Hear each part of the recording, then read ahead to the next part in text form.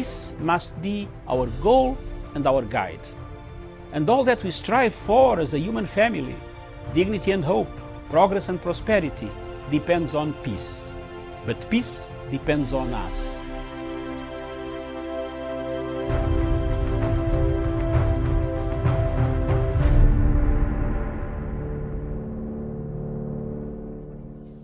Thank you very much, Patrick. And Kenya is quite honored to have been invited here as a friend of the GCA. And we suggest that we should be upgraded to part of the family of the GCA. Two quick points that I wish to make without, again, belaboring the point. One, action speaks louder than words. And I think that is really the point that we got today morning with the demonstrated leadership of the GCA and the African Development Bank. We have the AAAP program and the Youth Adaptation Challenge. I think if ever a model is required to be replicated across and in other parts of the globe, the African Development Bank has done so. So there is no longer any excuse for us to talk about a need to have to excuse the delays in operationalizing Article 7 of the Paris Agreement. So that's the first point. The second point that I wish to make is one, ambition, and we must have ambition both in mitigation and adaptation. But ambition without a means of implementation is really a pipe dream and a bad one at that. So really, without means in terms of finances, in terms of technology and capacity, we can have all the ambitions that we may have in our books, but we will not see results. Thirdly, the need to make the ground the basis for action. This is what we call a locally led adaptation action, which should be together incorporated with nature-based solution. That is the best way that we can have results, measurable results on the ground. And finally, the last point, climate crisis is actually also a human rights issue. And so it is not just a security issue, a livelihood issue, but importantly, a human rights issue. And those who are responsible, who bear the greatest responsibility, and we know them, they know themselves, countries that in aggregate contribute over 85% of their global gases emission. They have the means, they have the wherewithal, and they bear the responsibility to make good for the consequences and impacts of their action. The 100 billion US dollar pledge, 10 years old, is not actually philanthropy. It is not charity.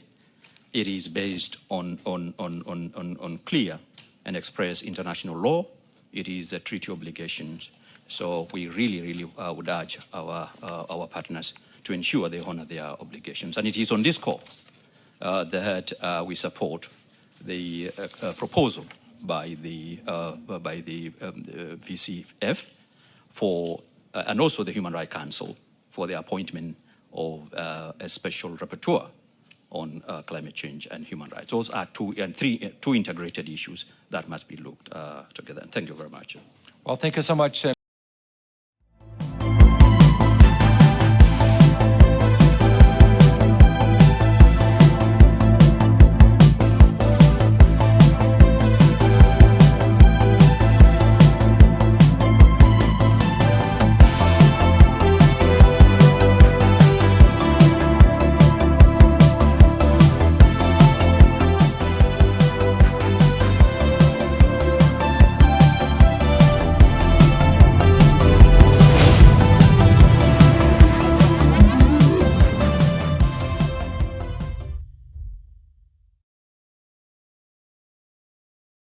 Good afternoon, good morning in London and Glasgow, Scotland. Good morning in Europe. Viewers, welcome to Punchline Africa Television. This is the show for Africa. We are broadcasting exclusively live from Glasgow. The weather is very bumpy, rainy. It is dangerous weather. If you don't have a raincoat of this nature, like this one, is impossible for you to get out to buy even a newspaper or coffee. But first of all, rain season, hot season, for us, we shall be there to serve Africa. For us, we shall be there to be there for Africa, for a future Africa, to see what we can get, to see whether we can tell our story that once for all, Africa must be left alone to look after its own climate, because we used not to have this type of mudslides. We used not to have a lot of floods. Our weather is fantastic. We grow our food on the equator, north or south. Uganda does not import food. We are very lucky people. Good afternoon in Nairobi. Good afternoon, all of you in Kenya, East Africa, the headquarters of East Africa, the hub of economic activities of Africa, and the heart engine. Can I call it the engine, the heart of Africa? If it coughs, if it has a fever, if it has also a cough, the whole Africa will shake, and Africa will have a cough. Good afternoon, Miriam Ogutu, in the general headquarters of Punchline Africa Television. I am the only journalist standing right here across the continents, bringing live for you what is happening in the United Kingdom. Thank you very much. Back to you in the studio, Miriam, for Africa Showdown. And I want to greet all the participants, Samson Omechi, Gerard Onyari, Professor, Daniel Wesonga. I hope you saw your name, your picture flying all over the whole world through News Central. Oh my God, this was a fantastic show. It is doing rounds on Sky News. I saw a bit of it. Thank you very much. At least we have stood for Africa and we have said it as it is.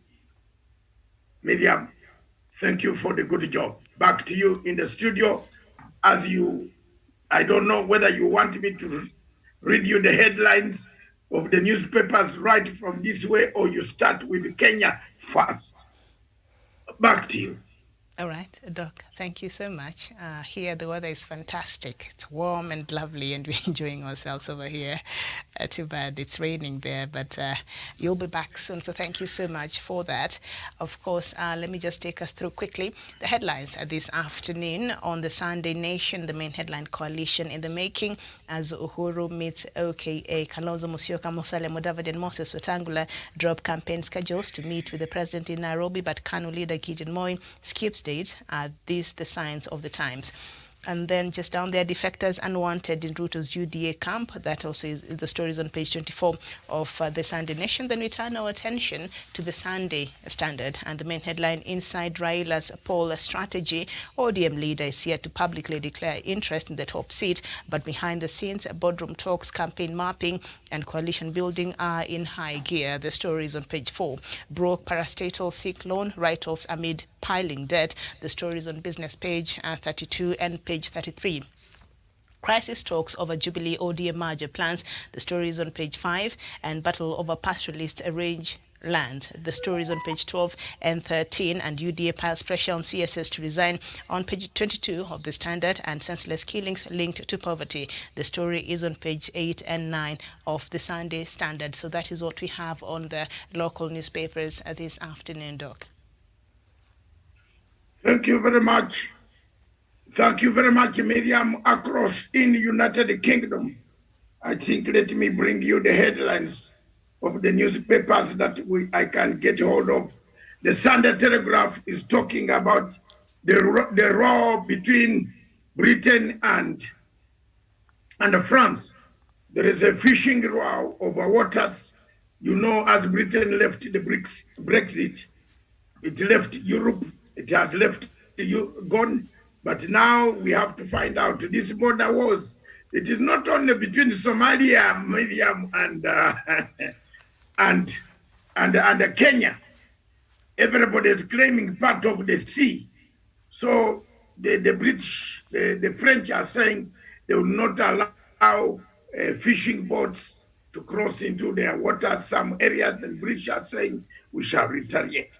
Now most of the the papers across that I've seen, the rain is a lot outside. It's beginning to clear. Maybe tomorrow morning we shall have papers delivered in our place. Medium, first of all, across here, the security is really tight. If you don't have a badge, you can't be able to get out because of the number of heads of state, who are here. And it is really a tough exercise to dare to go out for even a coffee when you don't have a badge. Almost every corner of this place, in the city, in the rain, in the valleys, in the fields, around the conference halls, around the taller buildings, snipers everywhere. So you know who is here. All the leaders are here. The men who control the nuclear weapons around the world are here. If one of the PIN numbers gets lost, we better get worried. So the situation is as it is. Kenya brought a very big delegation across here. And I can see quite a number of people have bumped into very many.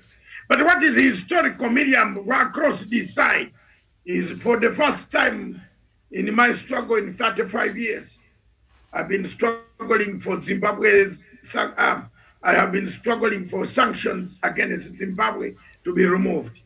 For the first time, the president of Zimbabwe will touch the soil of British soil today, late at about 7 o'clock of London, Glasgow time. The plane left Harare International Airport in the last 2 hours. It is on its way to for the first time for the arrival of President Emerson Mnangagwa, who will be in Edinburgh and then later on in London to address a number of issues that concern. This is a great day for me, Miriam. As you can read through my history, you have seen the way I've struggled. You have seen a way I've even and almost been killed, assassinated, for calling for people to engage the people of Zimbabwe. So Miriam, thank you very much for those prayers. Today is a great day here. Back to Kenyan delegation, the biggest delegation. I came with the Minister of Environment and the Forest and Environment, Wakili Tobiko. Are you hearing me? Yes. Yeah, we came together on the flight. We sat together. We talked quite a lot about the environment. And at that time, I was going to London to address this first pre-Cop26 conference. And he gave me quite a lot of information as regards the forests, the environment. Kenya has a big delegation down here. The lobby medium goes on. You don't need to be in the hall in order to lobby. They have set up lobby places almost in every hotel. It is up to you to catch up the eye of someone and then you talk to him. There are over 30,000 delegates. And for you to get even a room in a hotel of this nature, my God, you must be a very high man on planet. Medium, you can make a conclusion. To get one room out of this, the rooms secured by the state, it is very, very difficult across here. So thank you very much. I don't want even to move an inch out of my room in case you find they say, oh, we thought you had gone, because you'd have nowhere to sleep, Miriam, except to go another 1,000 miles back to my house in London. Then I can go and sleep. So if I am keeping in touch, because most of the things are being broadcast, are being relayed. Cameras and the camera. I have a neighbor who has a long camera, I think from the State Department, which is picking some of the pictures. And we went down, he thought I had a drink. I drink, but I didn't. I don't drink anymore. And he said, oh, we are neighbors, I'll flash you the pictures. So tomorrow, you will have all those pictures coming live from him from my next neighbor. So thank you very much, Miriam. That's the situation. Most of the newspapers in London talk about the conference, talk about what we shall gain, talk about what the climate change is, talk about the saving of the people. Gordon Brown, I happened to bump into Gordon Brown yesterday at night, and he remembers me very well. You know, Miriam, there's one thing I want to tell my friends, my participants. A former prime minister here is just like an ordinary person. It's just like an ordinary person. And I don't know why our place, Kalonzo, is even given an escort. But this is for Onyali to complain, because that is his tax going. So thank you very much. Miriam, back to you. Let's tackle the Kenya stories, and we move forward and talk about the climate. Those are the main things. Zimbabwe coming for the first time on British soil. Kenya's delegation, what is their demand from the Cop26? That is what we want to see today. Back to you in the studio. I'm Dr. Matsanga, right from Glasgow. Good morning. Good morning. It's 3 hours. By the way, it is now 3 hours. So your place talks about 2:20. My place is 11. It is now saying 11:21. It's GMT 11:21. So thank you very much. It's 3 hours. The sun is across tropical of anybody who knows on the shore. Oh my God, oh my God. Wesonga is Googling. The sun is over. Tropical of Capricorn. Am I wrong, Miriam? Please let me not be ashaming people. I'm right, isn't it? That I don't want to be ashamed. You know, there are so many people listening to this step across. Understand, my friend, Pan-African friend, Hamad, another guy, a fifth there. He said, don't give anything to a fifth. Isn't it what I've been saying? Mr. Ojara, the Onyari professor. Haven't we been saying there's a fifth amongst you? Is it Capricorn or Cancer? Hey, nobody has got the answer. Tawish, what is happening? Are you still eating, man? What is your question, sir? I said, is it? I was trying to say when the sun is.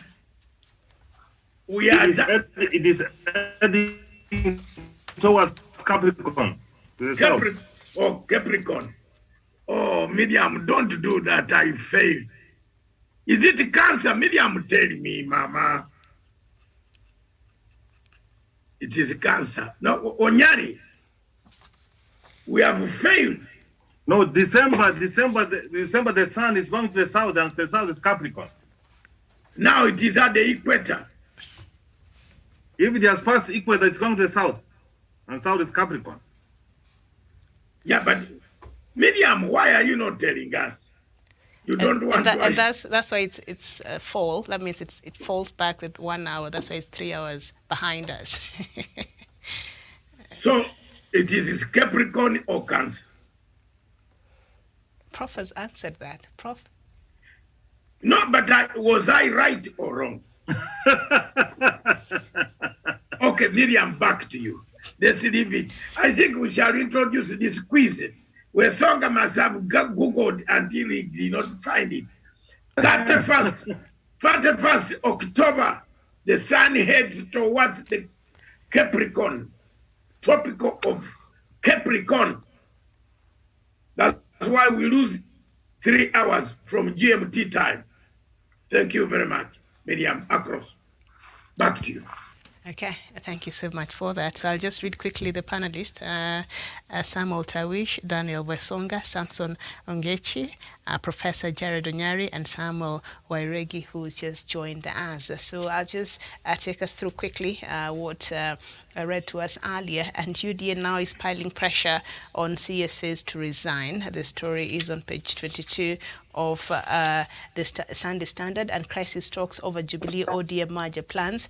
And there has been, talks that Jubilee is planning on merging together with ODM and forming a coalition in readiness for next year's election. So I'll just start with Samuel Sawish. Yes, good afternoon to you, Miriam Ogutu. Good afternoon to colleague panelist, Dr. David Nyekorach Masanga, as well as Professor Jared Onyari, Sean Wesonga, and everyone who is tuned into this program this afternoon in Kenya and the rest of the world. Good afternoon, Miriam. Okay. You didn't hear the... Okay, fine. I'll just go to the person who's present then. Daniel Wesonga, go ahead. The headline. Yes, thank you, Miriam Ogutu, and good afternoon to my fellow panelists and Dr. Masanga David, who is doing a very incredible job for the African continent in Scotland. And of course, going straight to the question, Miriam, from where I sit, I think it's a bit unfair for the William Ruto's side to propose that these cabinet secretaries should resign over a mandate that falls under their jurisdiction, because you realize that the Ministry of ICT and the Ministry of Interior are very pivotal when it comes to elections. For example, the Interior Ministry has to work in coordination with the electoral body to ensure that we have peace and tranquility, not only during the election day and after, but also during the campaign period, which comes before the election day. Also, the Ministry of ICT comes second in priority in that they have to provide the relevant infrastructure and structures to ensure that the transmission of results electronically is well catered for. So to me, I think the question should be, are these ministers doing what is under their jurisdiction? And of course, every Kenyan is entitled to have their democratic right. And I believe even in the August presidential elections, these ministers will also go back to their home counties and be able to cast the ballot. So it is a bit nonsensical when you hear the deputy president through his proxies talking about maybe the resignation of this and that minister. Why didn't they talk about that in 2017? Why is it that now they see the essence of having these ministers to resign? I think it is high time the Kenyan people called on William Ruto and his supporters to allow these men to assist the president in running the country, because they are the principal assistants through the ministry to the president. And owing to the fact that the deputy president himself has not been supporting his boss, so he should shut up and let these hardworking civil servants to do their duties. I submit. Okay, thank you.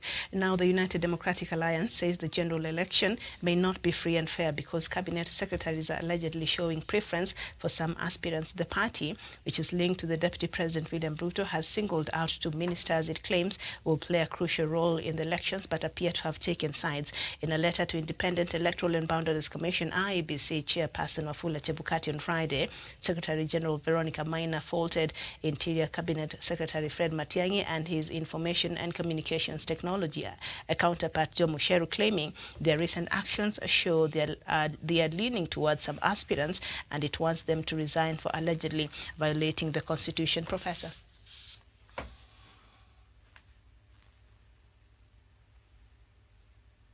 Samson.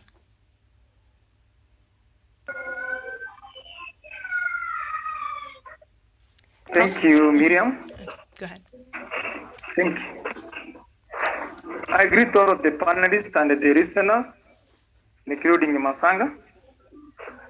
At times, there are things that these people from Tanganga list and will fail to understand. For instance, the issue of cabinet ministers or secretaries participating in a political campaign, it started way back in 2013 and 2017. The same activity, and now Samson, your connection is not very clear. Can you fix it, and then after you've done that, then I'll come back to you. It's not very good, so I'll just go to Professor. Okay.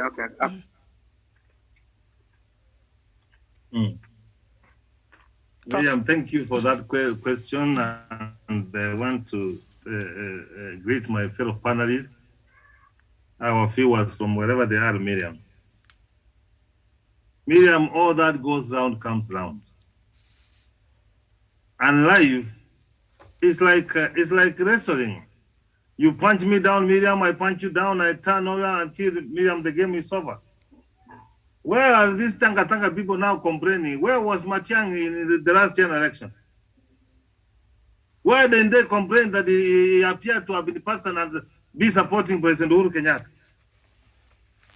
In any event, this Cabinet Secretary Mucheru and Dr. Matiang Miriam, they have said they are supporting the handshake.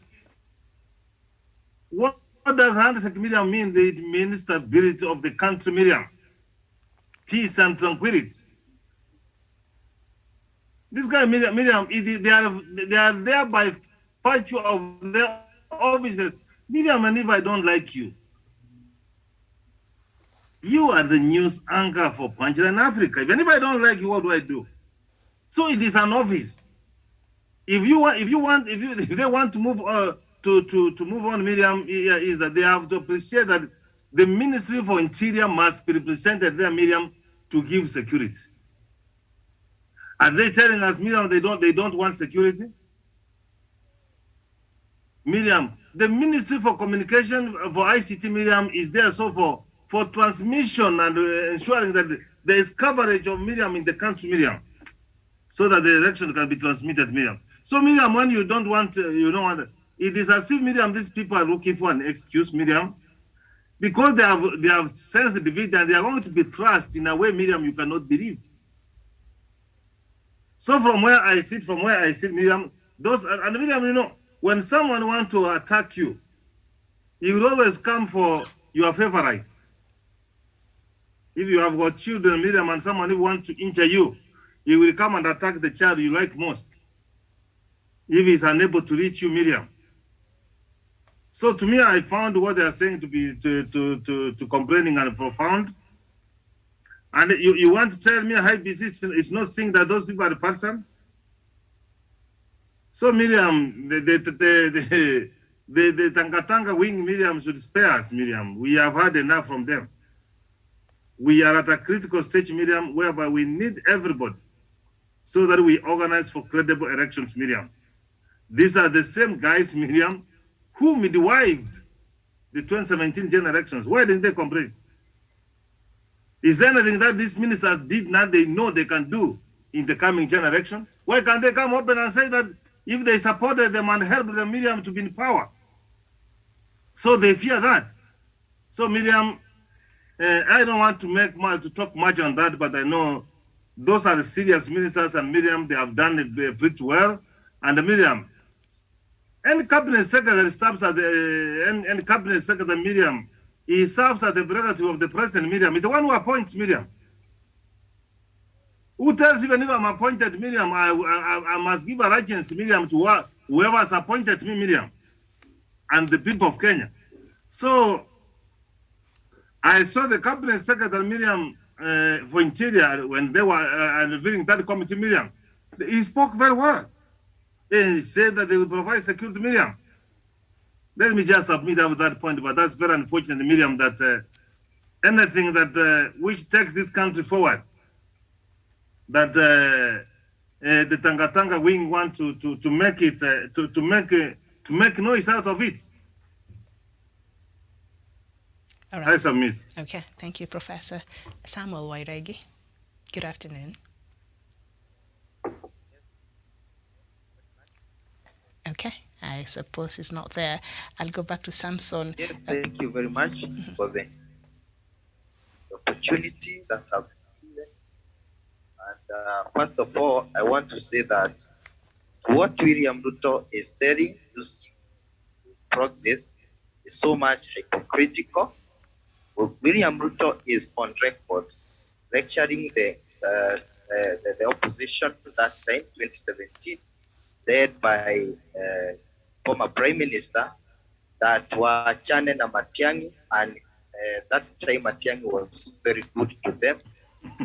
Is on record, and I know that everybody knows that, has seen a clip going around, him lecturing the opposition that time, that Matiang'i was doing his work.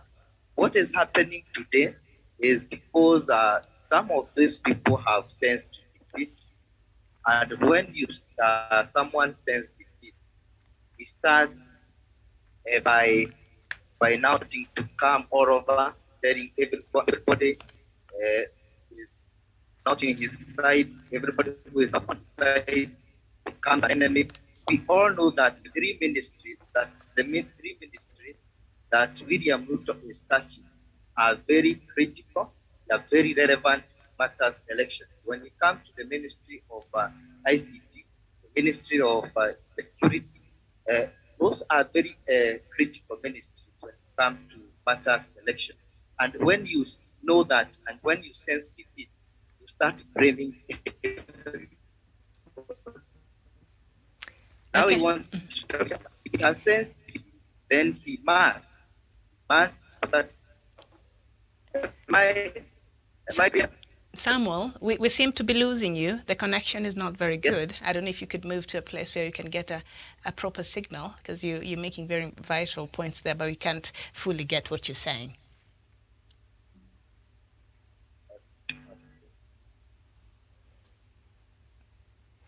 Can you hear me? Okay, as Samuel Waireg is working on his connection there, perhaps I will go back to before you go back to Daktari there in Glasgow, Scotland. I'll go back to Samson Ongechi, who also had a bit of an issue with his connection. Samson, you can maybe turn to audio if the video is a problem, and then you can just complete your thoughts, and we can go back to Daktari. Am I clear now, Miriam? Yes. Okay, the point I was making in relation to the issues of cabinet secretaries participating in elections, the first question we should ask is whether Ruto is not a member of a cabinet. The second question is whether Ruto is not spending public resources in advancing his political career. If the answer is yes, then we go back now. Why is he complaining and is the same person who has converted the official residence of a deputy president into a political arena? Is that allowed? If the answer is yes, then ministers are allowed to participate and support the president. Matiang'i made it very clear that they are behind the president and the handshake. This stories that we are hearing now is a sign of sensing defeat. Tanga have realized that they were never on the ground. They have realized that now the ground is shifting towards a certain direction. And the question now comes, when they are complaining towards IPs about the cabinet secretaries, are the cabinet secretaries answerable to the IPC chairman? The answer is no. And if the answer is no, what will they achieve by complaining that Matiang'i, Musheru are now on the other side? So I think what they are doing is a sign that they are now sensing that things are not as they were or as they thought they were, because they are just living in imagination. And going by that, we are now seeing these complaints coming towards IBC. Why are they not complaining to the president? Because cabinet ministers are serving under the breath of the president. They are just missing the point in a big way. Because we cannot, there is nothing the IPC can do. IPC cannot in fact warn the cabinet secretaries, because the cabinet secretaries are not answerable to the IPC. They are not answerable to the chairman of the IPC. What we are seeing is a sign that now Tanga are now coming to realization that elections might not go their way. I think we are now in the verge of now coming to realize that Ruto has been living in pretense. And you cannot pretend that these other people are spending public money when you are spending the same to advance your politics. Why has not Ruto refused to resign from this government? He's always against the government. And these people who are now writing to Davis, they should write to Ruto. They should be ready to say where Ruto is a deputy president. Ruto should answer those things. Why Matiang is participating in elections? Why Matiang is not supporting Ruto? What if Matiang was supporting Ruto? Was the Tanga to complain? Assuming that now the cabinet secretaries are now advancing Ruto's politics. Will they write it to APC or to the president? Will they complain? Will they call a press? The answer is no. So they are just trying to joke with our minds. I have submit. Okay, thank you. I'll take us back to Doc. Doctor. Now, thank you very much, Miriam. The debate of Ruto being a thief, time has come for us to call a spade a spade. And the time has come for him to go down committee. The earlier he goes down committee, the better. Other than spreading, polluting the environment, which we are discussing in Scotland, you know, is polluting the environment by telling us economy bottom out, bottom down, bottom in. You can't do an economy when you are yourself corrupt. So, Miriam, the best is the president is correct, and my brother Pan-African is correct. He's always going to be correct. He gave this man an assignment. So many events are taking place. Miriam, witnesses are again disappearing. You know, it is sad that this man still, when I read this thing of he grabbed the house very early, something again came into my mind. Is he a grabber from his stomach, the mother's stomach? He was a grabber, you know. I don't know what Wanyali thinks about something like that. This guy even started grabbing property a long time ago. So for me, the voting is up to you Kenyans. But if I were a Kenyan, I would vote for Raila Amolo Odinga. Close the chapter and go home and sit, wait for the vote to be counted. Let's not even waste much time on this thug. This man is a thug. His friend gave him trust. He went on insulting his friend. He went on now, you know, destroying people's families. You know, destruction of family. In fact, I came with Tobiko. Tobiko said the man has even destroyed my own family.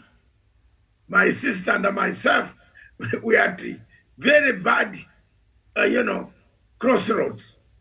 So for me, His Excellency the Deputy President, in fact, he should have been the one to lead the delegation for plants. Yeah, because he knows more about the plants, but unfortunately, he can't be given a visa to come here. I don't know what happened. He said it's a topic for another day. Are you going to vote a deputy president who has no visa to come to the country that gives us more money than any other country? Onyali, did you know that? Man cannot get a visa to even come here, even under the UN, because he's on corruption list, watch list. You know, these guys here don't joke. Even if it is 10 pence, you are hammered down, Miriam. So for me, there you are. 2.2, the Okoa, this Okoa, is it Okoa or Oka or what is it called in Tawish? Oka? What? Mm-hmm. It's called Oka. Why waste the time? Me, I've told you, Mudavad,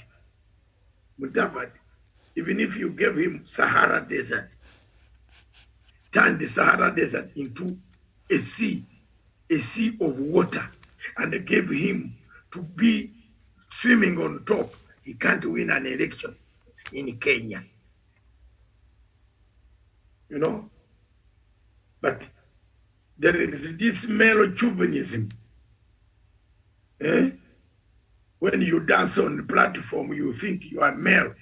You know, that male chauvinism makes Mudavadi feel that he can win an election. But in actual sense, Mudavadi cannot win an election. Mudavadi can be in a government where an election has been won by somebody. But not Mudavadi to... If there is anybody dreaming and saying he will give Mudavadi as a... Well, you know, Mudavadi cannot win an election. He can win, he can be in a government where an election has been won. Tuambiane ukweli. Kenyans, let the Kenyans hear. Wetangula cannot win an election even if you go to Mars, then go to Jupiter, then cross over to Venice and return on platform number 000001, which is Earth. Wetangula cannot win an election for the next 1 million years in Kenya.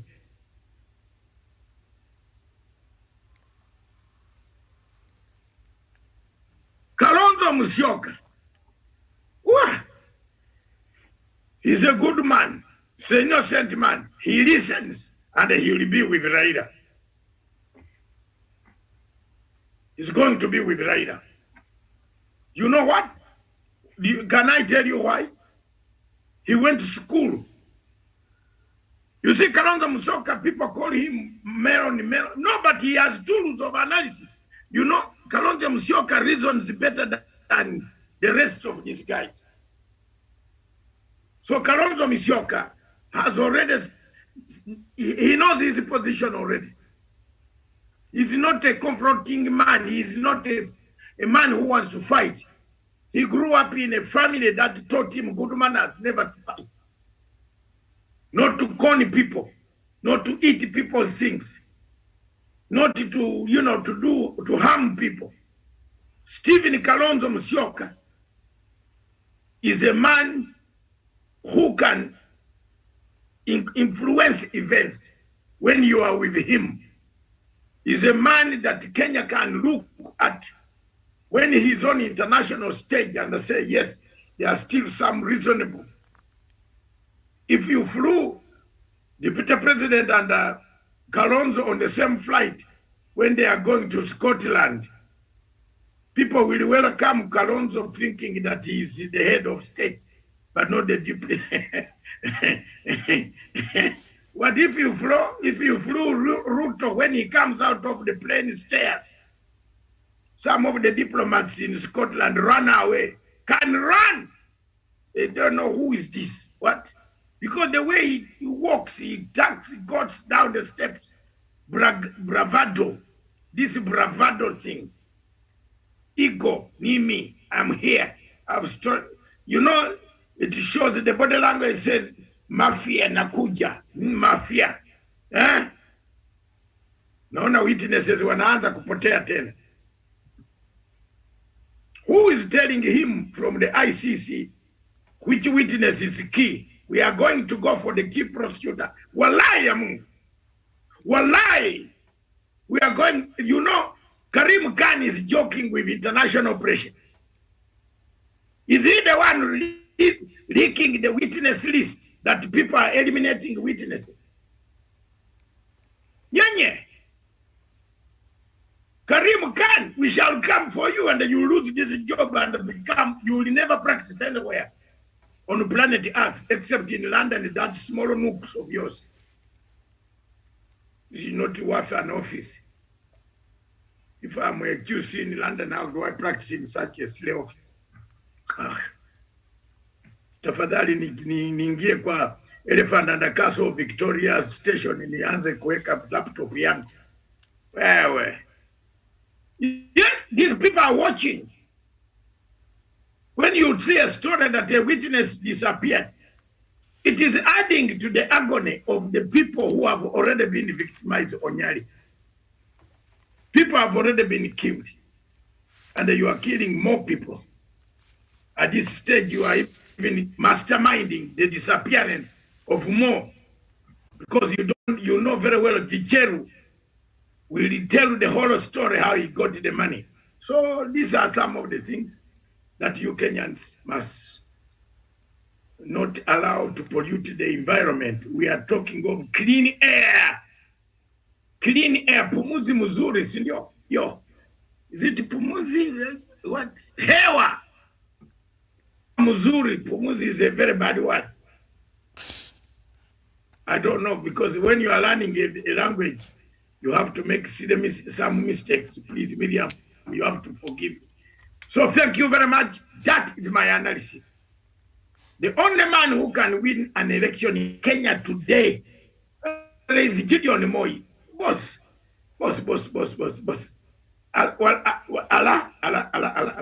Allah.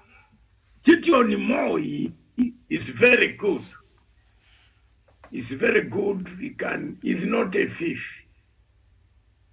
He's a very good gentleman. We were born on the same day with him. And for us, those who are born on 22nd October, we usually don't act badly until we are touched.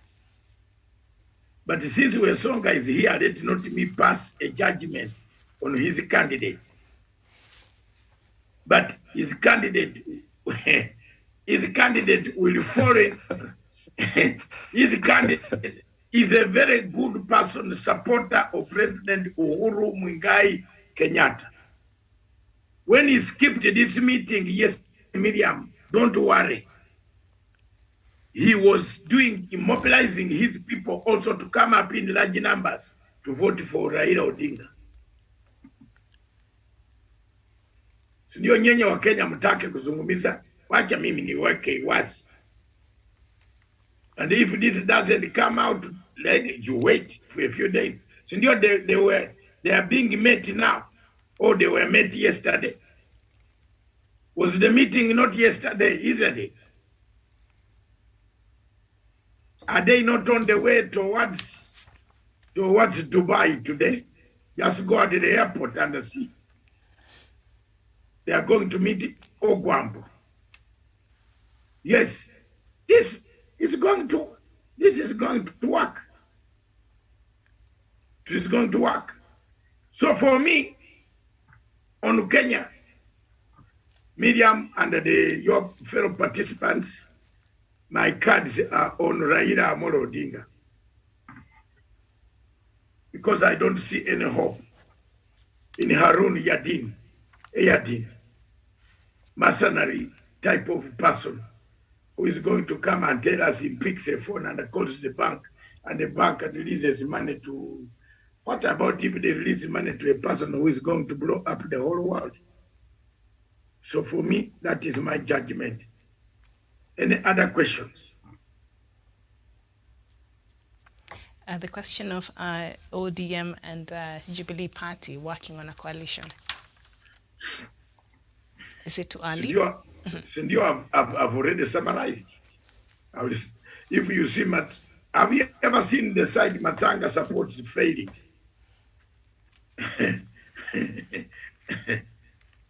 No, honestly, in a sense of humor, have you ever seen the side I support as failed? Where? Matanga would be the last man to be talking. Last time we hammered with Raila, and I was against, not because I don't like Raila, but I wanted Raila to be an elder to advise the children. So this time Raila saw where the country focuses, and the only umoja, unity of purpose, sindio uzimilio ya nini? Azimio la umoja. Azimio ya umoja. Kiswahili paka kitafundishwa. Inabaki mtu ya kupiga chakula peke yake nyumbani ndio nijue Kiswahili. Lakini sipate, naomba paka kila siku. I've been looking, begging. None of the friends, when all of them disappear, nobody gives me one person to fundisha mimi. La azimio la nini? Azimio ya umoja, unity of purpose. That is what the nation wants. That is what Kenyatta wants. That is what every African country now wants. Very few African countries would like to have confrontational politics. Therefore, for me, my cards, whether we sink together, whether we rise together. My cards are on Raila Amolo Odinga. Thank you. All right. Thank you so much. I don't know if there's anybody with anything before we move on to our topic of today on the Kenyan issues. Is there anybody who would like to add anything on top of what has been discussed? Very well. Thank you so much, Miriam. No, Samuel, let Samuel Wairegi come in first because we had a problem. Yes, thank you very much, Miriam. I was saying before the internet confused me here that if there's a person who could have resigned long ago, 4 years ago, for neglecting his duties, is none other than William Ruto. He neglected his duties in 2017 after the elections, where he started campaigning for himself.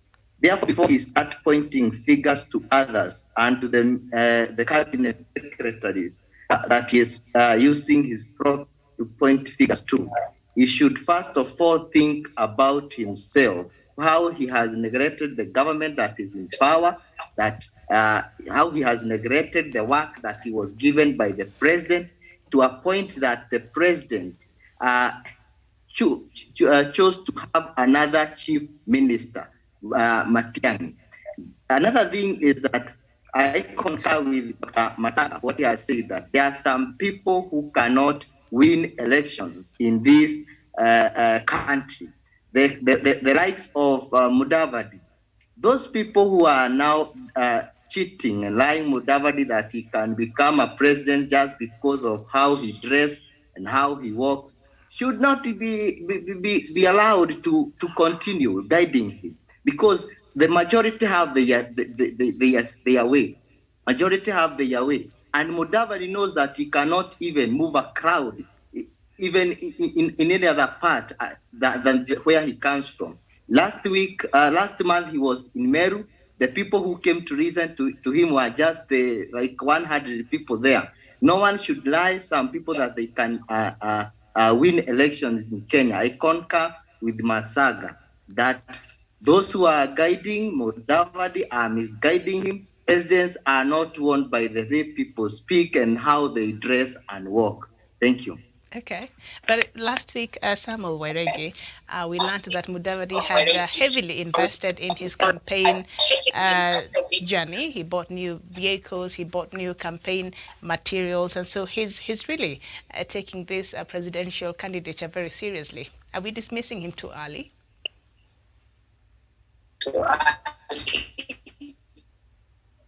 Now, let me pick it in for Samuel. Samuel, switch off and mute your equipment. Yes. That he bought what? He bought cars, what? Yes, he did. A couple of Land Cruisers, some public system. But Miriam, let me sit back and then in this good Scottish chair. Look here, my sister.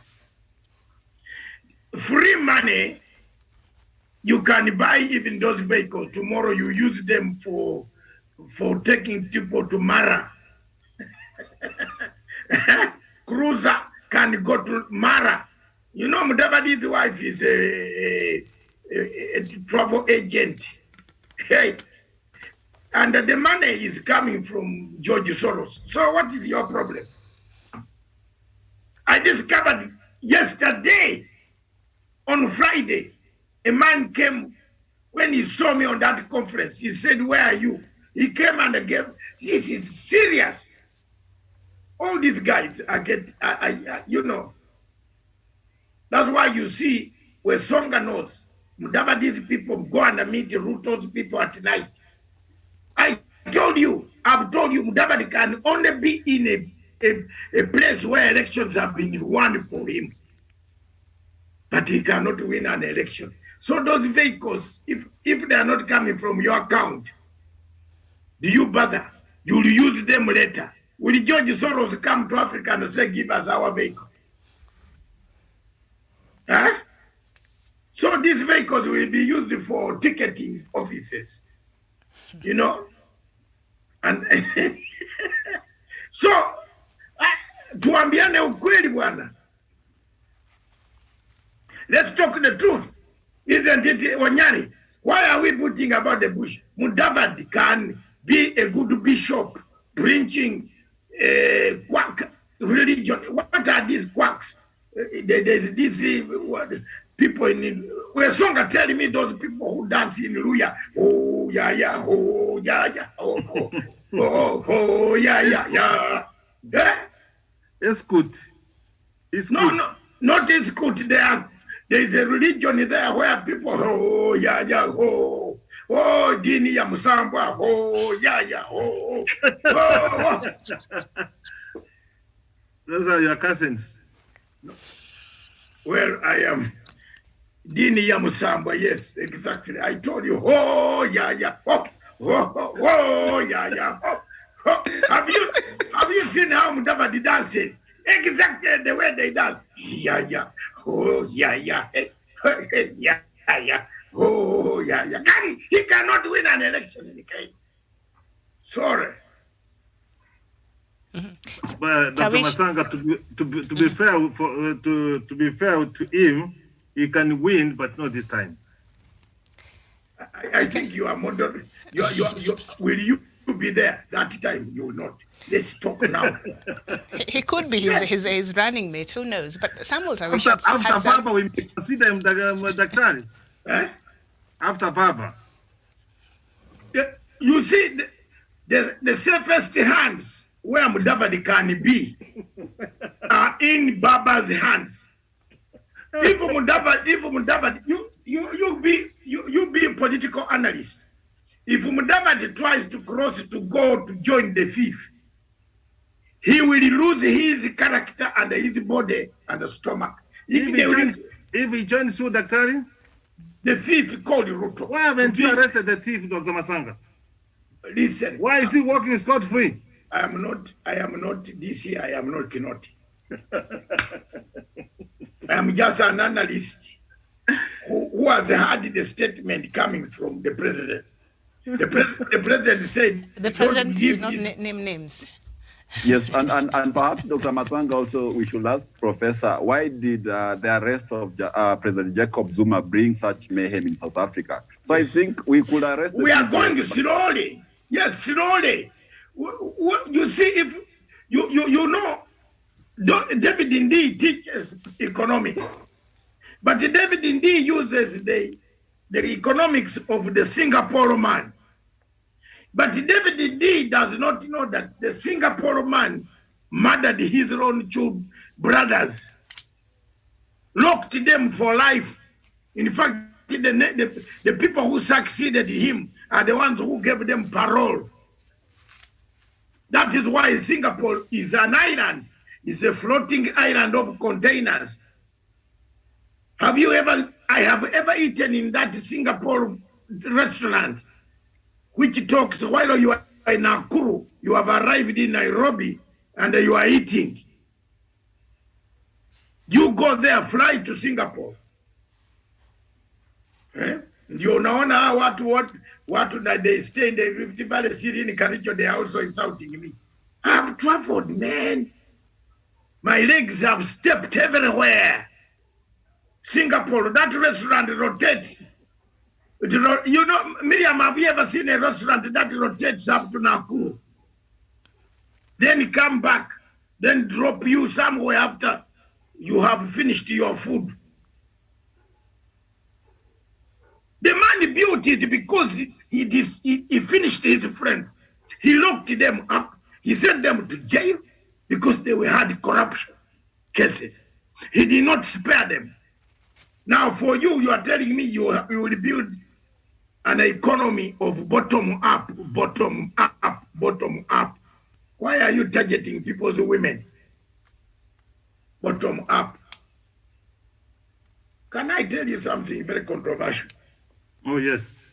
Do you know that politics of our country, Uganda, is based on women? That's why one candidate does not win an election forever. Because don't mention the names. Where you are free to mention in your own house, not on this. I am telling you. So for me, when a man is destroying people's livelihood, why are you targeting? Does it, okay, does it occur to you why all only women follow Mr. Ruto? Most of them.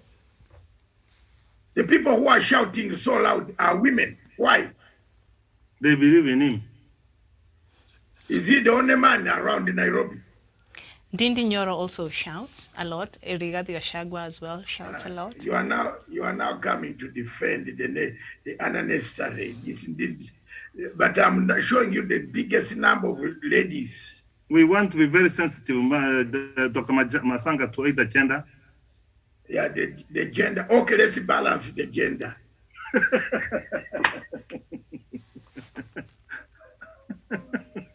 This must Waruke, Halwale. There's so many of the male folk that support and let's look at Halwale. Halwale, for example. Halwale is a doctor, but he has no clinic. He has never healed any human being, even an insect. Did you know that, Miriam? He's a doctor, but he has never... Halwale cannot show you a patient who has been cured by him. The last time Halwale had a clinic is when Kibaki introduced this the medical, partnership. Then he stole even the money from there. You remember? But Dr. Masanga, if I can remember well, when they were rocked at Bangan police station, he helped some of his friends. Who? Akinangunjiri, when they were rocked at Bangan, he offered services. He treated them. Okay, he's a doctor. So he treated them. Mm-hmm. I didn't see that one. So we can count a few human beings he's actually treated. But okay, fine. Yeah. Somewhat Tawish had something you wanted to say. On a serious note, yes. Before Tawish has disappeared, before he comes in, for me, the whole scenario of politics of this country, Kenya, is going up in flames. If we don't, I wish people listen to me much earlier. Miriam have been talking on this platform that Ruto is growing legs, that Ruto has another design of a rebel. Ruto is designing an ego of a rebel officer. Very soon, he will end up in the mountains, distancing himself from any election that will be held. If I'm wrong, God is watching upstairs. Because the policies of Ruto's party are fancy Fanon policies. Wretched earth. Look at what you say, give people wheelbarrows so that they don't talk. You know? In dictator, at least if he said he will buy a phone each for people to transfer their money, I would be happy. But to give them wheelbarrows, what will they use? That is to make you very poor. Remember President Museveni, when he came to power, Miriam, for you who were young at that time, he cut our money by 30%. I remember in 1985, I had 28 million Uganda shillings, which I left in a cooperative bank. When I fled and ran away, when we were overthrown with Obote, when I called my wife my late wife to go and draw the money. You removed 30% from 80 million. From 28 million, how much money did we have? And you are taking that money from 27 million Ugandans who have bank accounts. How much money was that? I told my wife, I told you to draw this money much earlier. It would have saved me and bought me another trouser in Nairobi. Now see, I had my little money on account that we had saved for our children. 28 million shillings. The man reduced the money by 30%. That is Franz Fanon Fanzi theory of making them poor. Once they are poor and you use violence, once you use violence, it is only violence that can make you rule them. Have you seen that? Kwanza mtu anakuchukua bibi yako, tena anakuja anasema nyumba yako uko na mshuru ya kulipa. Tena anatoa mshuru ya kulipa, tena anakuja tena. Oh my God. I wish I was on PLO's, I was on Daniel Wesonga's radio. You become poor. And once you are poor, Miriam, you are submissive. You have nothing to tell anybody. Yeah, yes, become vulnerable. Yes, a poor man is as bad as a mouse that stays in the church every morning watching the bishops counting the money like on a Sunday like this now. Thank you very much. This is live from Scotland, Glasgow, where we are witnessing the climate change. The weather outside is very, very, very bad. And I don't know where Jeff Koinange is. He doesn't, I wish he had his own television station. He will also be around here where heads of state, you smell different perfumes of each country. Russia, where? China, where? United States, where? All of them. I'm waiting to see President Uhuru Kenyatta. I hope he's on his way to this place. Thank you very much, viewers. Back to the studio in Nairobi, Kenya. Miriam, any questions on anything before we switch on? Ask me. I am on the side of Baba. If you want to hang, go to a transformer. Don't tell me about Mudavadi. What? Why do you even bring that name? Why do you bring that name to spoil my evening, my morning? I am going to have a very nice. But Dr. Masanga is a future leader, or his time has not come. Why are you? Remember how we have worked with Papa, Dr. Masanga, until now we have appreciated. We will appreciate him one day. Why are you not also? Let us not discourage him. Why are you not? He may run away from supporting us. He will support us. I know that. I know. He can support. I'm not President Uhuru Kenyatta. I have not called them for a meeting.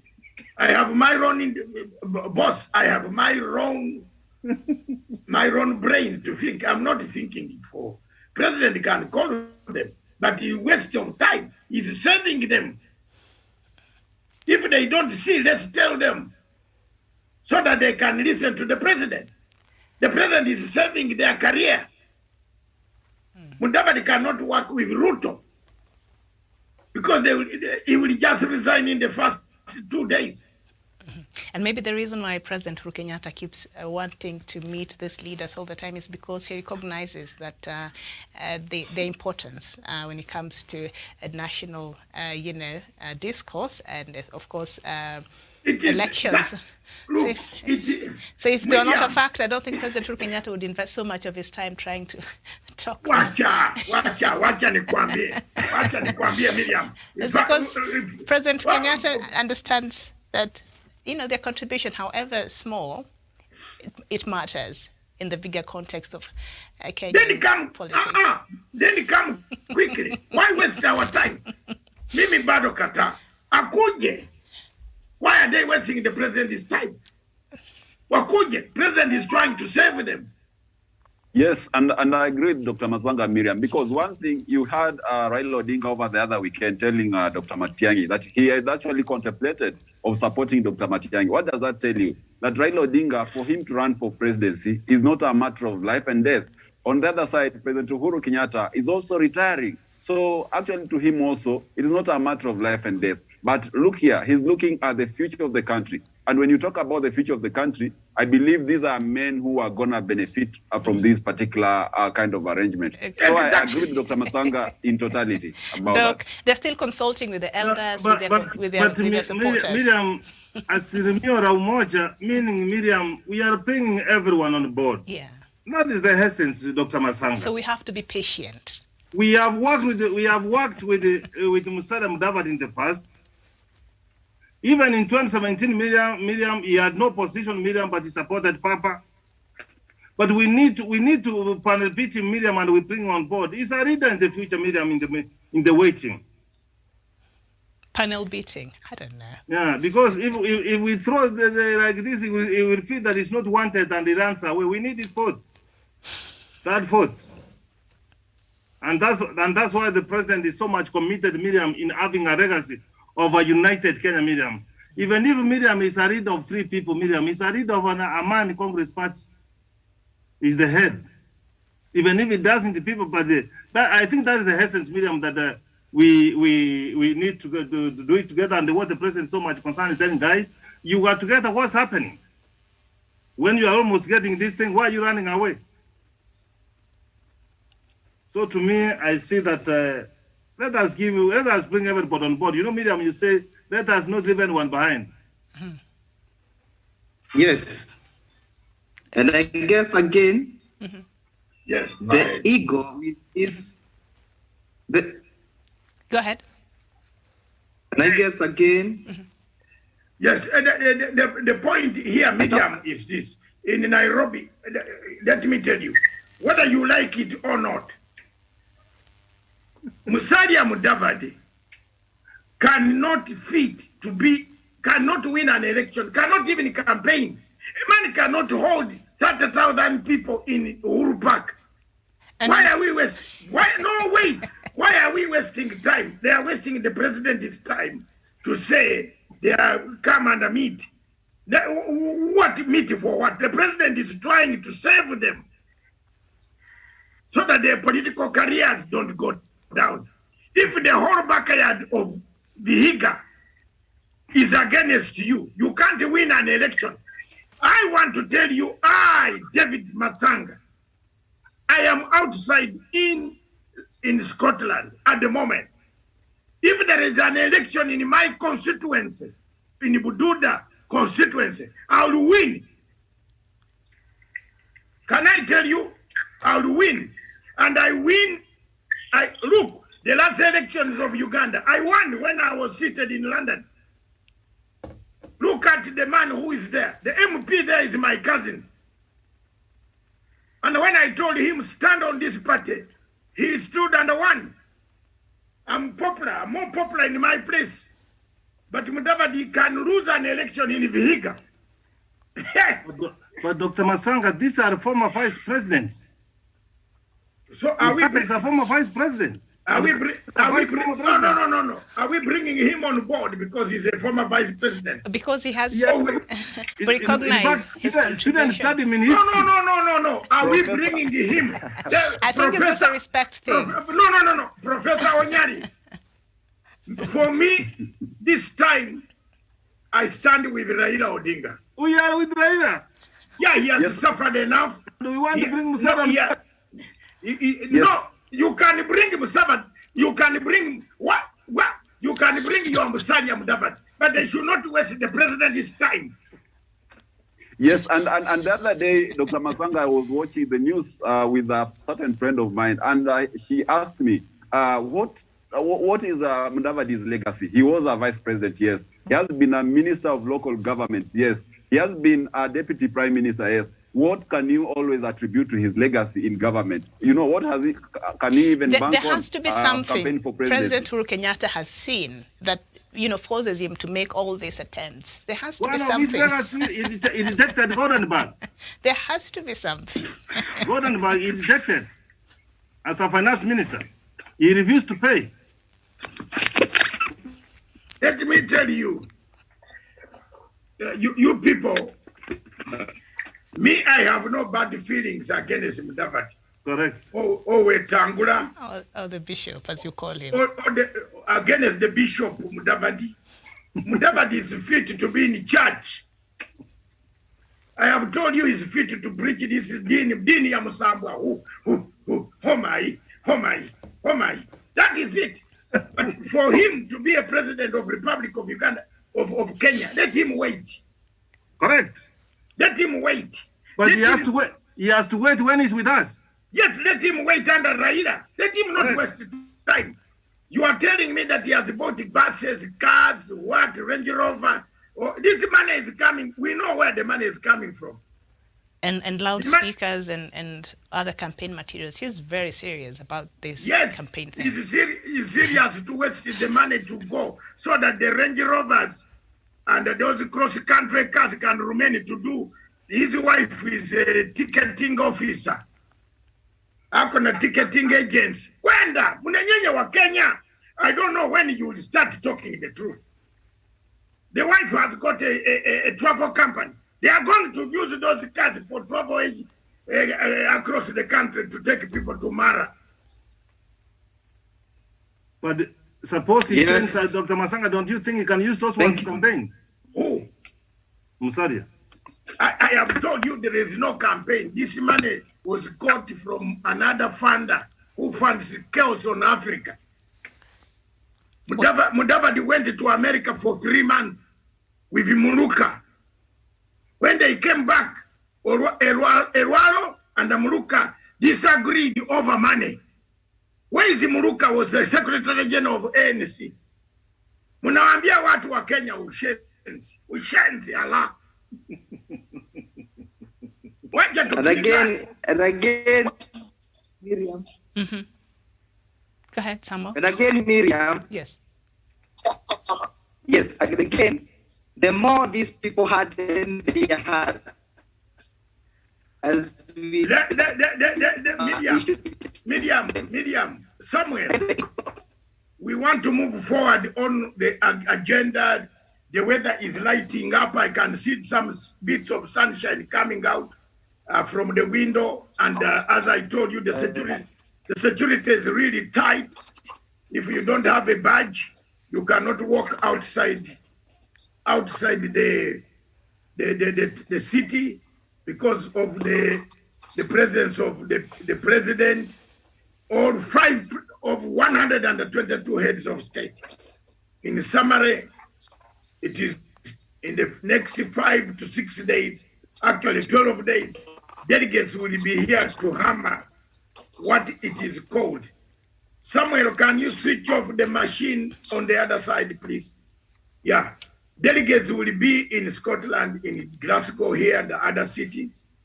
There's a lot of lobby activities. Kenya brought a very big delegation. I came with the Minister of Forest and Environment, Tobiko. We sat together in Kenya with business class up to London. We arrived, we talked quite a lot, and you have seen the clip, Miriam, of Tobiko, which he gave me to play to the world. I want to thank you very much, all of you watching us on this day, and seriously watching what events, what will come out of the climate. Is Africa part of globalization? Are we part, if we are being given vaccines, second-hand vaccines, of vaccines that have vaccinated other people already, and then help all their people are vaccinated? We are not, Africa has not vaccinated more than 20 million people. Am I wrong? We are still in very big chaos. And still yesterday I bumped into the minister of, the former Prime Minister, Gordon Brown, who is crying for Africa to have more resources, more medicine, more vaccines. And he promised that he's coming to Nairobi before Christmas. I'll look out for him and probably have an interview with him when I have the cameras, because I didn't carry all the cameras because of the expenses. But thank you very much, Miriam. That is the basis today. Are we part of this? What is it? We used to live very well in Nyeri, in Muranga. The waters, the river between was very peaceful until Waiyaki and Nyambura disturbed it. Today, the white man came, arrived in our country. I want to ask one question to you viewers and the participants on the panel across the world. When people say there is oil in the ground, they don't know the temperature that oil comes out with. The oil, you see, when the oil comes out of the ground, the gravity, the way it shoots out with pollution. Why did God hide the oil in the ground, and why did God hide the minerals? Then we human beings are going down to look for these minerals. Are we not causing pollution? Are we not causing climate change? Why are rivers overflooding? That is some of the questions that maybe the panel can now start answering as we speak now. Back to you, Media. I'm in the studios in Nairobi. Thank you very much. Okay. This is Punchline Africa Television broadcasting from Glasgow, All right. the capital city of Scotland and the United Kingdom. Her Majesty the Queen, thank you very much for welcoming us in this great nation.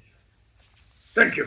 Okay, thank you so much. And just for the record, Africa so far has vaccinated about 77 million people. That is just about 6% of its overall population. So we have to get that right. 77 million people have been vaccinated. About 6% of its population, yes.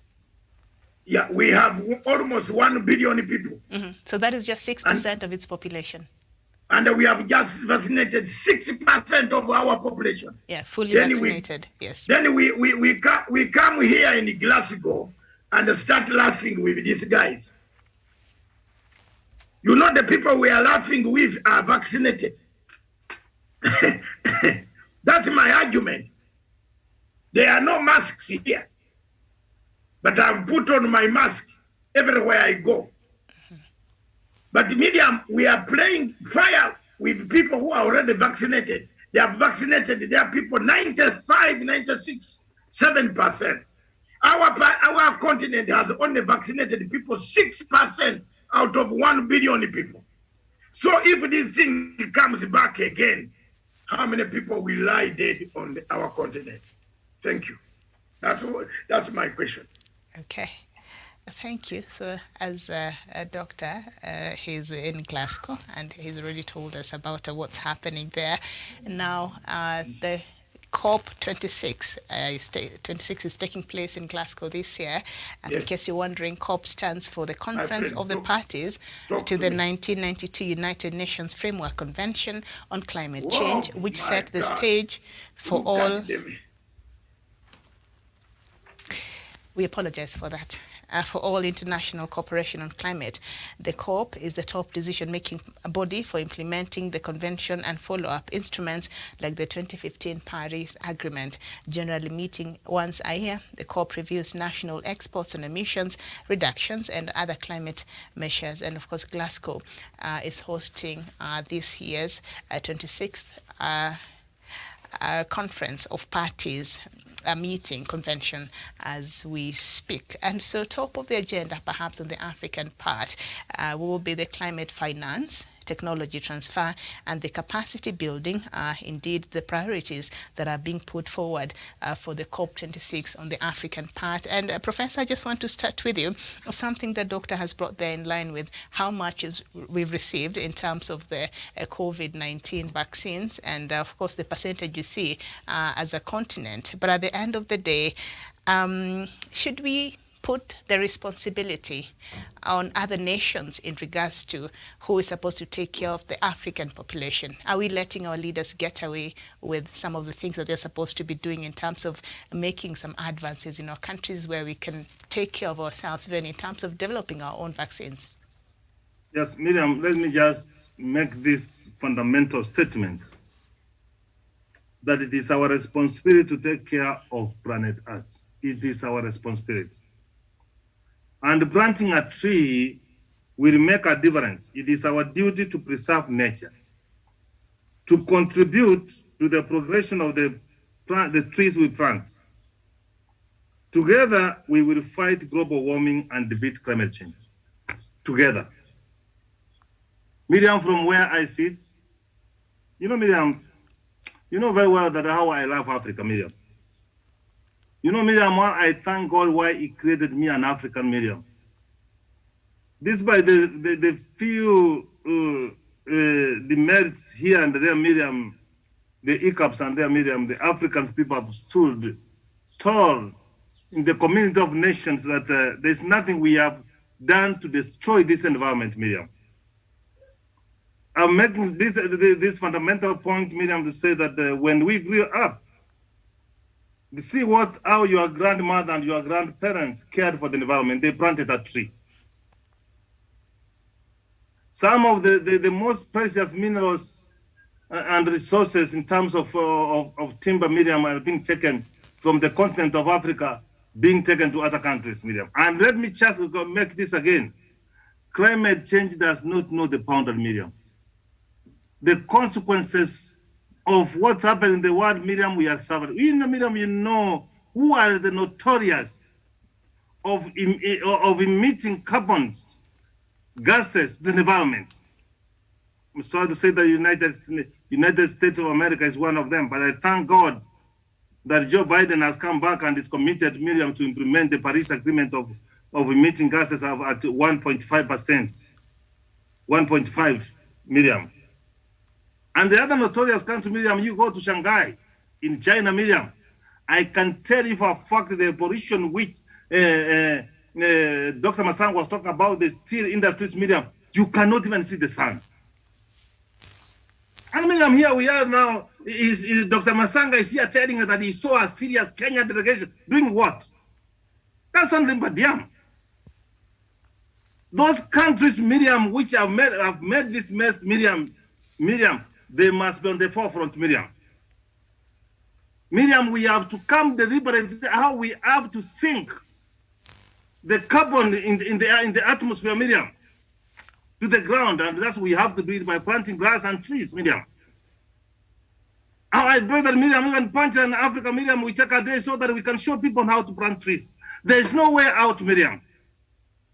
And there's no way, Miriam, someone who has stolen your car, Miriam, I always tell you that he comes in the evening and he gives you a glass of milk so that you go and give to your children and he's milking your cow. So the bigger brothers, Miriam, they have to take responsibility, Miriam. We have to start mitigating the damages that we have done to the environment, Miriam. And all the African leaders, they are not even ashamed. Let me tell you, Miriam, among the African leaders, Miriam, who can stand before those the committee of parties, Miriam, and speak for the blood of Africa and challenge those people, Miriam. And Dr. Masanga is also here telling us who they are giving second-class vaccines, Miriam. Miriam, don't we have the researchers, the medical researchers, and Miriam, we cannot have our apparatus, Miriam, to manufacture jab for the continent of Africa, Miriam. The African leaders are letting us down, Miriam. And those countries, Miriam, where they are might, we must tell them on their face, Miriam, they have to support us and give us funds, Miriam, so that we plant trees, so that we mitigate. I have said the climate change does not know the boundaries, Miriam. Dr. Masanga is wondering why we are having the rivers of flooding and we are having drought, Miriam. Miriam, if we do not confront, Miriam, the climate change, the SDG number 17 number, are in vain, Miriam. Climate change is causing poverty in the continent of Africa. And Miriam, remember, SDG number 16 talks about, number 13 talks about climate action. What action has been taken, Miriam? And what I'm curiously want to hear what Dr. Masanga, the conversation he had with the cabinet secretary for environment, Tobacco. We did a lot of work with the former CS, Professor Judy. We did away with the plastics, Miriam, but you can see in the country what's happening. Miriam, there must be a deliberate a deliberate move for us to confront the climate change. When God created us, Miriam, in Genesis chapter 1, verse 28, he created us to be stewards, Miriam. And Miriam, if you are a believer, Miriam, we will come to account with all the suffering we have caused on people, Miriam. There's drought, Miriam. We plant trees, we plant our crops, Miriam, and we cannot harvest. Look at the northern parts of Kenya, Miriam. People's animals are dying. Those people don't have food, Miriam. So our leaders, and in fact, Miriam, let me start by saying that it is high time that the African leaders, Miriam, in this point in time. Sometimes the person whom I see who speak the language, Miriam, I resonate. I know some of my fellow panelists may not agree, is Paul Kagame, Miriam. Anyone who goes to Rwanda, Miriam, I've been to Rwanda, Miriam, for a conference, Miriam, at the end of the conference, you plant a tree. You cannot go to Rwanda, Miriam, with a pot and plastic paper, Miriam. This is the kind of commitment, Miriam, that African leaders, we can come together, Miriam. How much does it cost, Miriam, to plant a tree? We are 47 million Kenyans, Miriam. If we said every year, when the rains comes as they are coming here, Miriam, we plant trees.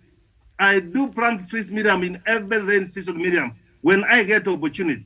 And this is what I expect the rest of the people as they are there talking about. It is simple, Miriam. They have got no more to talk about 12 days. What are they going to talk about 12 days? Let them tell people they go and plant trees.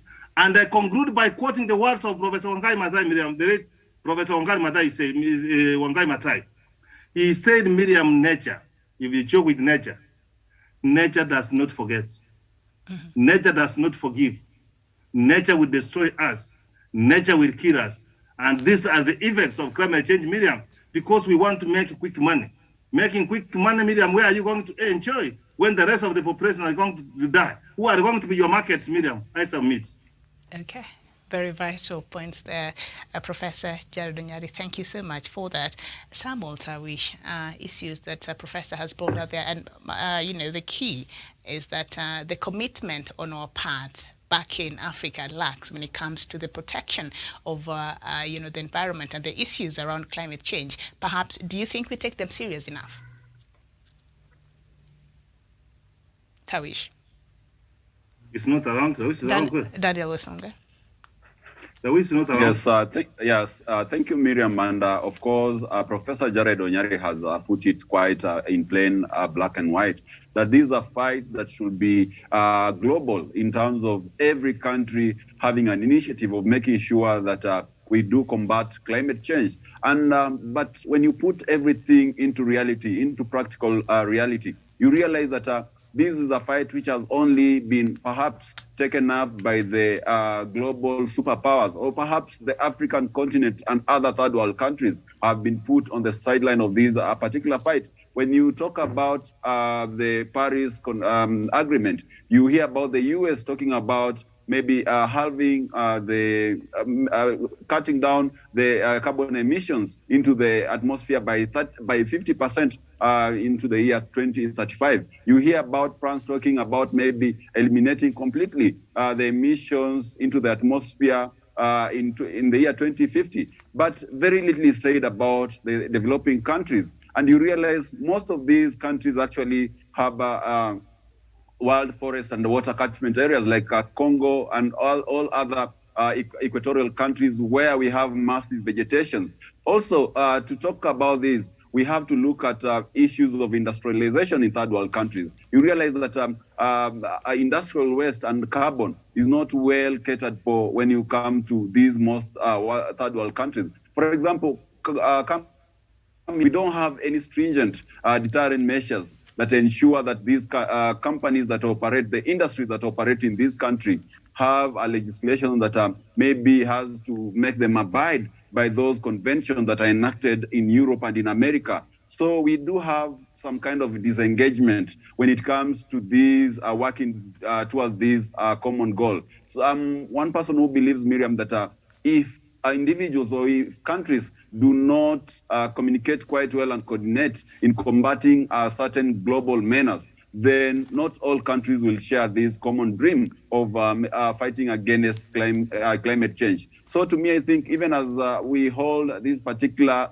summit in Scotland, we should bring every players on the table. We should have African countries also allocated funds which will ensure that they can be able to efficiently and effectively handle their waste. They can be also participate in planting of trees and also sensitization of their populations on the importance of conserving our environment, on the importance of reducing carbon wastage. I'm very, very glad, Miriam, that most third world countries like Iraq, like Zimbabwe, like Papua New Guinea have actually taken up measures of ensuring that they reduce the emissions even by up to 65%.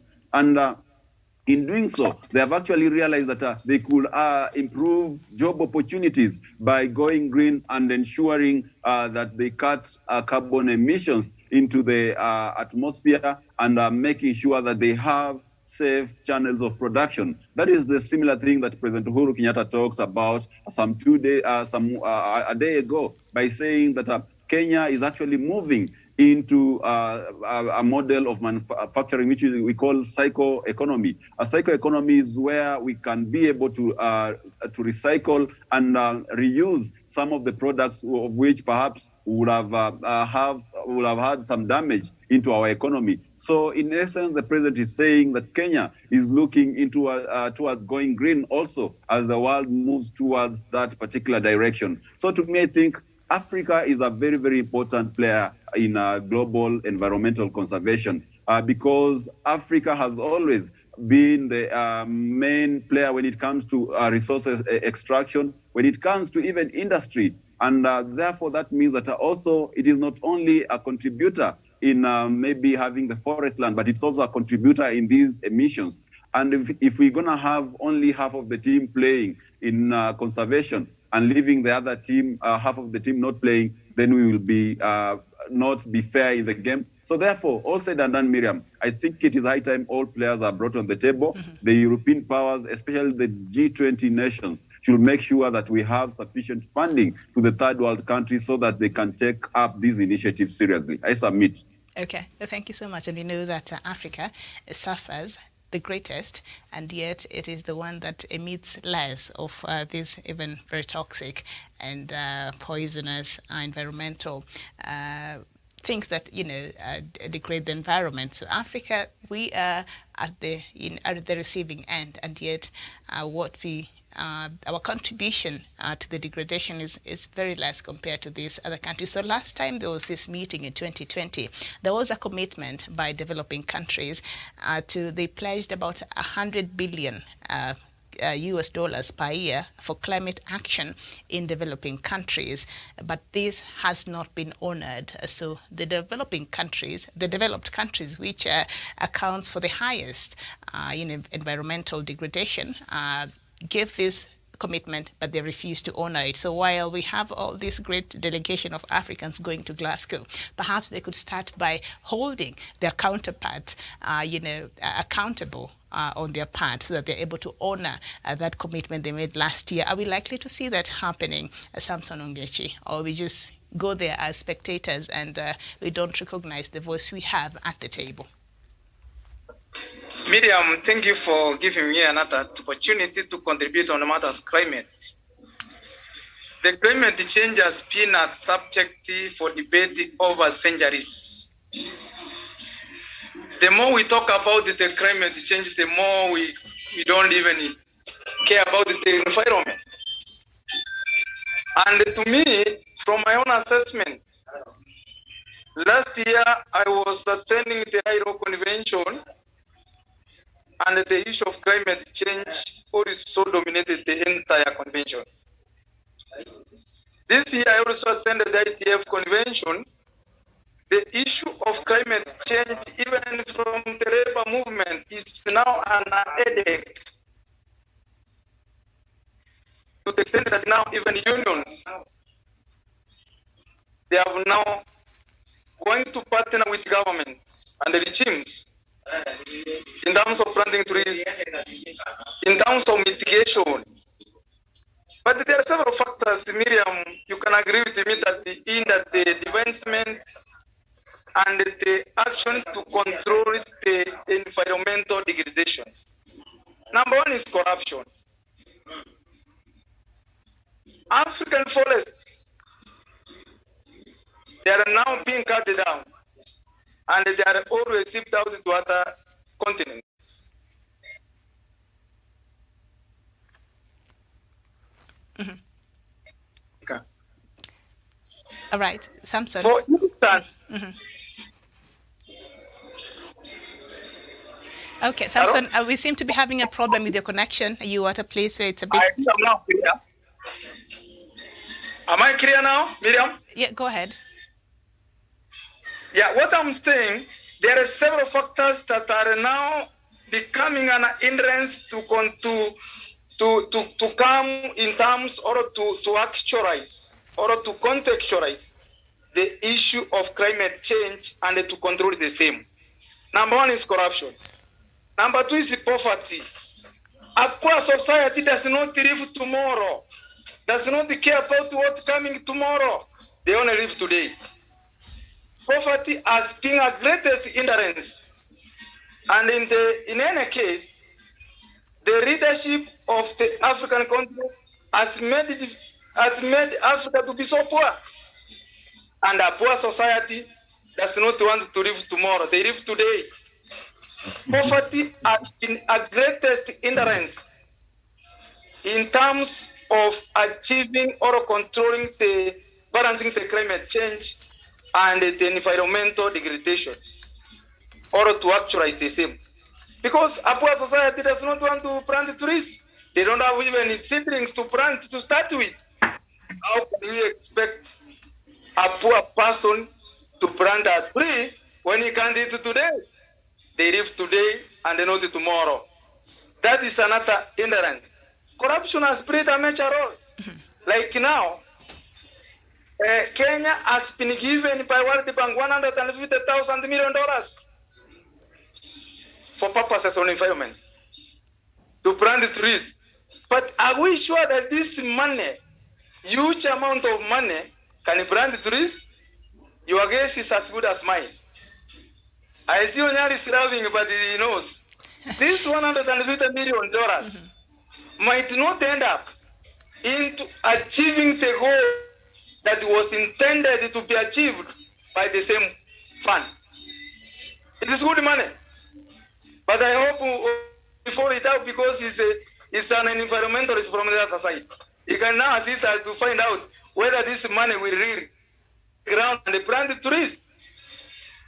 Another thing, we must also engage specifically technology so that emission will be reduced if countries will embrace technology, like those people are now talking about the vehicles that they are now electricity will be charged, they will not use fuel, so that in one way or the other, carbon emission will be reduced by embracing technology. Another thing is now the issue of climate change must be introduced to schools, to running, to education systems, so that children are prepared from earlier stages to understand the climate change and how environment is good, and if it's not taken care of, how it is going to be now turning against us or against the future generations. So it is now time the issue of climate change to be introduced in all running institutions, starting from the lower level, going upwards, the same be introduced in churches, in mosques, so that the people, the entire society will understand the danger we are now being exposed to if we are not going to take care of our environment. If we are not going to take care of the environment that we live in, I submit. Very well said. Thank you so much. Very vital issues that you've raised, Samson Ongechi. Thank you so much for that contribution, and I think you brought up the issues that I mentioned earlier that could make the highlight or the priorities indeed that Africans should go, when they are in Glasgow, should seek to advance or to address the issue of climate finance, technological transfer, and of course we cannot forget capacity building that we lack so much here. And of course one of the key elements of the COP 26 is that Africa remains excluded from a lot of this financing available under climate change. But you've mentioned that Kenya has been given a certain amount there, and we'll see how that will work out. And let's not forget that the United Nations Environmental Programme headquarters for the environment of the world is here in Nairobi, so that is also a very important factor. I want to bring in now Samuel Wairegi. I don't know, what are your thoughts on this matter?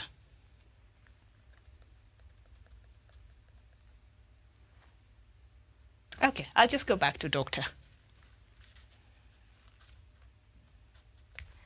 Matanga. Unmute, Dr. I've been listening to what Dr. Onyari, what Samson Omechi, and what Daniel Osonga said.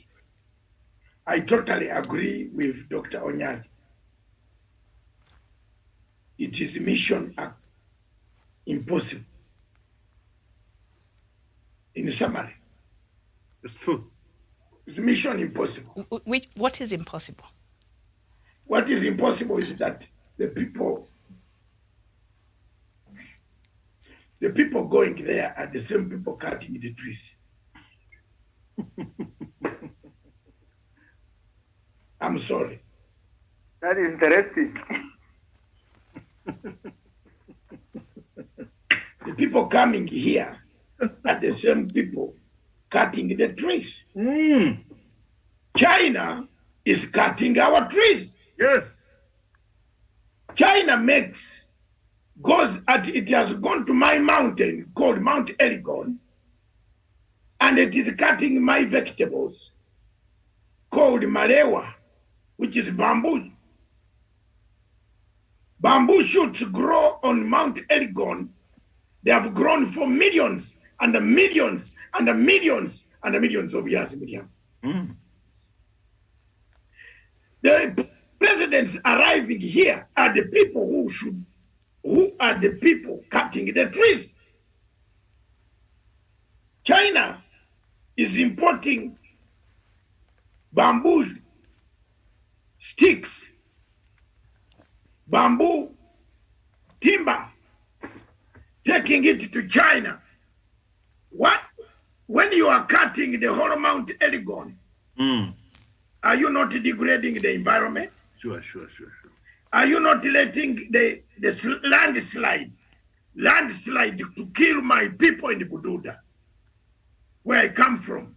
It's the only well-known worldwide. We are like a Japanese. We are the only people where landslides and earthquake strikes all the time. We live at that what is it called? Wesonga, that plate. Our plate is similar to that of the Japan. We are vulnerable to landslides. But then when you come and cut even what is on the top, which stops the landslide and makes the land hard, we are going to have more and more and more landslides. Chinese are exporting, they are importing timber. Where is the timber coming from? Every time when you sit on Mombasa Road and see, if you fly today, you fly across Congo, 4 hours from Nairobi International Airport, but look down in your plane. Miriam, do you know what? The type of massive destruction of the ecosystem is taking place in Congo. Now, are these the people who should come to Scotland? I am happy that Britain allows everybody to have a say. Nobody is going to condemn me because I'm condemning these guys. But if I were in power, I would not have allowed Chinese president to come here. That's true. Prof, but we should copy their political No, But Chinese president is not even coming. He will participate virtually. yeah, Miriam, to be very honest with Dr. Masanga, No, what he said is the truth. honestly, they could not. We don't want even pollution through virtual. Yeah. Because no, who is destroying Congo? And apart from the trees, we also have the carbon emission is the highest, I think, China in the world. In the world, Yeah. They also say about the soil. They take even soil out. No, who brought Corona? It's Chinese. Have they explained to the world why they have not told us what method they use to control Corona, Yes. which they spread it to us? They should not be. They should be sick. We are waiting for the delegation here to pelt them with the eggs. In fact, I bought my eggs from the window. I like it as a situation, Dr. Masanga. I am an activist. I know that. And that is my area also. let me tell you, no police. Miriam, can I show you the eggs? I've got them. And they are passing near my place. I'm going to pelt several of them to break. An egg, have you ever heard that an egg can kill? No. The egg does not harm. So no policeman can charge you for having beaten somebody because there will be no harm. So we have bought, all of us international activists, we have bought eggs. When we see the Chinese delegation and American delegation, we shall pelt them with eggs. Doc, now we need to understand, because you went there to be our special correspondent to bring us the news, but you also went there as an activist to pelt people with eggs. Yeah, yes. What exactly are you doing in Glasgow? I'm doing both. Haven't you seen the type of cloth I've bought, Miriam? This one. This is now for demonstration outside. Looking for Chinese who cut our trees. You don't know me. I am as difficult as that. This one, this is the rainfall. Or can I show you even the trouser? I bought. Everybody here has bought that. But they're also building us roads, so it's a very delicate balancing act. They're also building us very wonderful roads here. Which wonderful road? And they give us loans without, can I preconditions. A road which does not have emergency exit is a road. Are you criticizing? Are you crazy? Are you criticizing the one that is the expressway? No, the expressway has now, but the one under has no emergency exit. It's not complete. We don't know that. No. Before, let's thank President Uhuru Kenyatta for having thought of bringing that road. Now on top there is a lane for emergency, but down there, the road from Mombasa to town, there was no emergency. If fire caught you in there, die like you're crying to God. So if you pelt them with eggs, you know what is at stake now. We need that road completed. Media, by on a February. serious note, I have bought the suit for demonstration. And I want to take this opportunity to... But Dr. Masanga, as a peace person, I thought that the issues are solved around the table. Now that they are coming, you can be able to engage and persuade them. No, we have not. And see that taking care of the environment is our responsibility, Dr. Masanga. Mm-hmm. The people I'm waiting for are three. The motorcade we are waiting for so that we pelt eggs is the French president, number one, then China, then America. Because at least Britain gives money. How come Buhari is not in that list? He could face fire today. It's good he did not come. He can't stand this climate. He can collapse because of the cold. Buhari is too weak to stand this climate. It's better he stays there. Tell Buhari and myself have come here. He heard I was going to be in Glasgow. He said he was not coming. Well,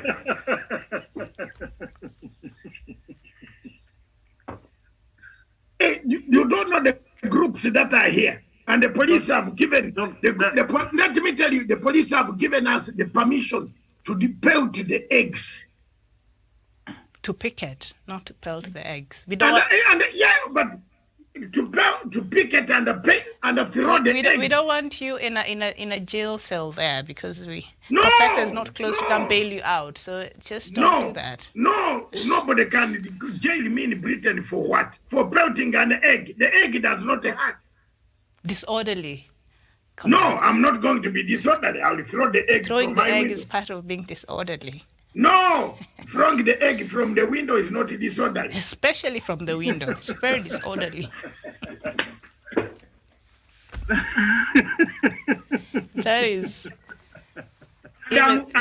I'm waiting for those Somali who said they will come here. You know, I have heard a rumor around that the Somalis want to demonstrate against Kenya.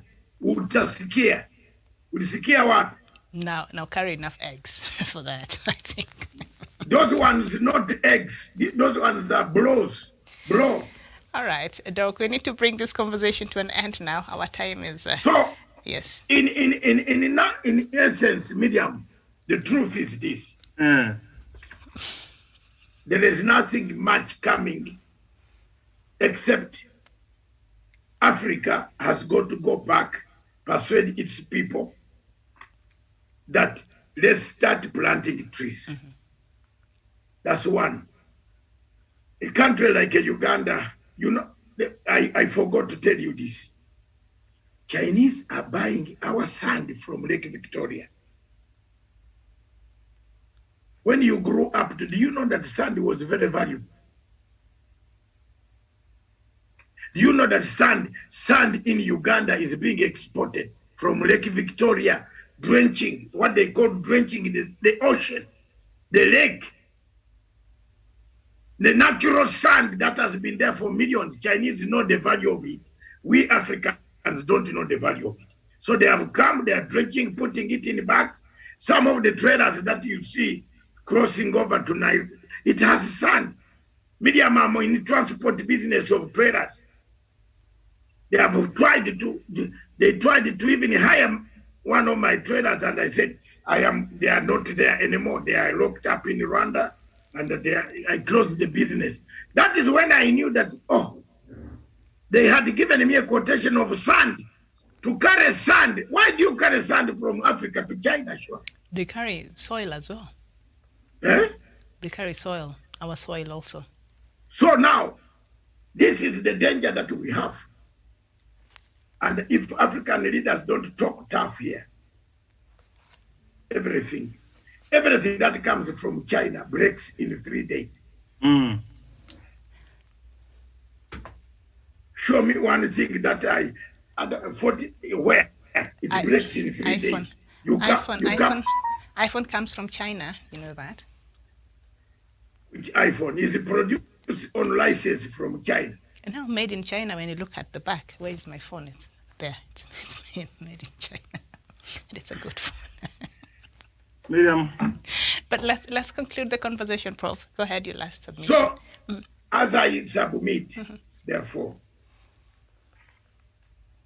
tomorrow in the morning we shall bring you a detailed, when the conference opens, as we gather more eggs which are missing now in the city, ready to demonstrate to pelt some people who deserve to be pelted. We call upon Africans to unite to fight climate change. Our oceans, thieves who are building houses near the ocean, like Ruto with Dolphin Hotel, we should deny him a license to complete that hotel because he has encroached on our beach. We have no space where we can relax with our children in the future and the generation. He has gone to the ocean. In fact, for Ruto to show that he's a real thief, he went and built a house cut the sea as if it was going to the Netherlands. You know, it is only Netherlands that is known for building in the sea, but Ruto wanted to try to build in the sea. So people who are going to go to Ruto's hotel called Dolphin, avoid it, because the water can come and take you while you are eating. Or sleeping. Yes. Or sleeping. So avoid the Dolphin Hotel. It is built from money of illicit trade. It has bad omen. Witnesses are disappearing. I hope the witnesses have not been put in the cement down there. Medium, isn't it a sort of state to hear that? That the key witness went missing? So these people just kill people like that? And we walk with them, and you Kenyans, as when you talk about it, they want to kill you on Facebook. Our man, our 15th president, you people, let me remain painting story, this X. Okay. Prof, your last words. We need to go now. Miriam, let me just have this to say, and I want to quote the late Professor Wangari Maathai. She gave us a story about the hummingbird. The forest was burning. And all the animals, the big five, you can see the elephant, giraffe, the rhino, and the buffalo, and all of them, the giraffe, they got out of the river and they were staring at the forest. But the hummingbird was going several times to the river to bring water to come and put off the fire. And all the animals were trying to discourage the hummingbird, what it was doing. But it went several times. But Miriam, at least, it did not manage. But in the long run, Miriam, we can say it did something. Miriam, we can make all the promises we want to make about our planet's future. But nothing will happen until we make it happen. Not tomorrow, not a year's time. Action must start now, while leaders must start implementing the measures to meet the targets made in the Paris Agreement. That is the way to go, Miriam, if we have given a commitment. And I want to submit and agree with Dr. Masanga that the African leaders must come out deliberately, join hands and team up, Miriam, and then we save this continent. When we are all gone, if God has not come, Miriam, for the continent of Africa, we are going to be the laughing stock, Miriam, because we have been a generation which lived and did nothing. May we try to do something like the hummingbird. I know we cannot do all the things, but we can do something to mitigate against climate change for the good of our people and for the good for the generation to come. I submit. Right. Miriam, before you go, I've just seen a clip that has been sent to me from Kenya now, where another stupid man called Aden Duale who has just said that Kalonzo is being harassed emotionally and Nani is being harassed emotionally. Duale, I think let's talk about him tomorrow. Okay. Thank you so much. We have to go now. Yes. Thank you. Yes. As a quick one, 30 seconds, because our time is gone. So, yes. Someone, go ahead. You are coming. Yes, as we why don't you come? As we wrap it up, Miriam. Come to room 20. About 15. Room 2015. Yeah. We apologize for that. All right. Bye-bye. For now, we'll see you tomorrow. Bye-bye. Yes.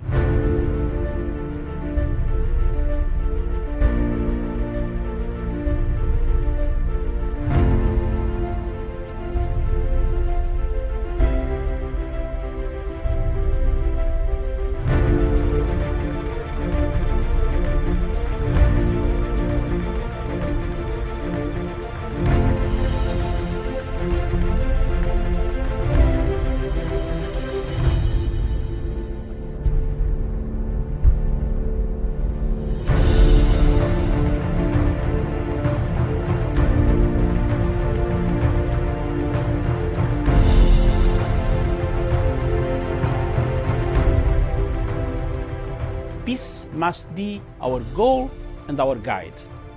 And all that we strive for as a human family, dignity and hope, progress and prosperity, depends on peace. But peace depends on us.